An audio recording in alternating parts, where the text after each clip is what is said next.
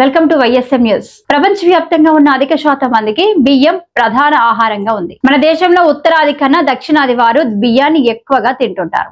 అయితే ఆరోగ్యంగా ఉండాలంటే బ్రౌన్ రైస్ తినాలని చెబుతుంటారు. ఇది మాత్రమే కాదు, రైస్ లోను ఇంకా చాలా వెరైటీలు మనకు అందుబాటులో ఉన్నాయి. వాటిలో బ్లాక్ రైస్ కూడా ఒకటి. ఇది ముదురు ఊదా రంగులో ఉంటుంది, కనుకనే నలుపు రంగులో ఉన్నట్లుగా మనకు దర్శనమిస్తుంది. అయితే ఈ రైస్ లో ఎన్నో పోషక విలువలు ఉంటాయి.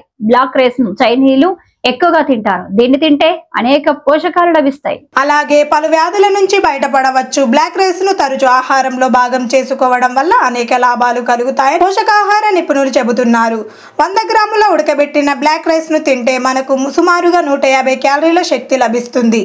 ఈ రైస్ లో సంక్లిష్టమైన పిండి పదార్థాలు ఉంటాయి. అలాగే ఫైబర్ సమృద్ధిగా లభిస్తుంది. ప్రోటీన్లు, కొవ్వు తక్కువగా, విటమిన్ ఇ, బి విటమిన్లు, iron, zinc, magnesium, phosphorus, manganese, copper, chromium, selenium అధికంగా ఉంటాయి. బ్లాక్ రైస్ లో ఆంథోసయానిన్స్, పాలిఫినాల్స్, ఫెరులిక్ యాసిడ్ అధికంగా ఉంటాయి. ఇవన్నీ యాంటీ ఆక్సిడెంట్ల జాబితాకు చెందుతాయి. ఇవి ఆక్సీకరణ ఒత్తిడికి తగ్గిస్తాయి. దీంతో ఫ్రీ రాడికల్స్ వల్ల జరిగే నష్టం నివారించబడుతుంది.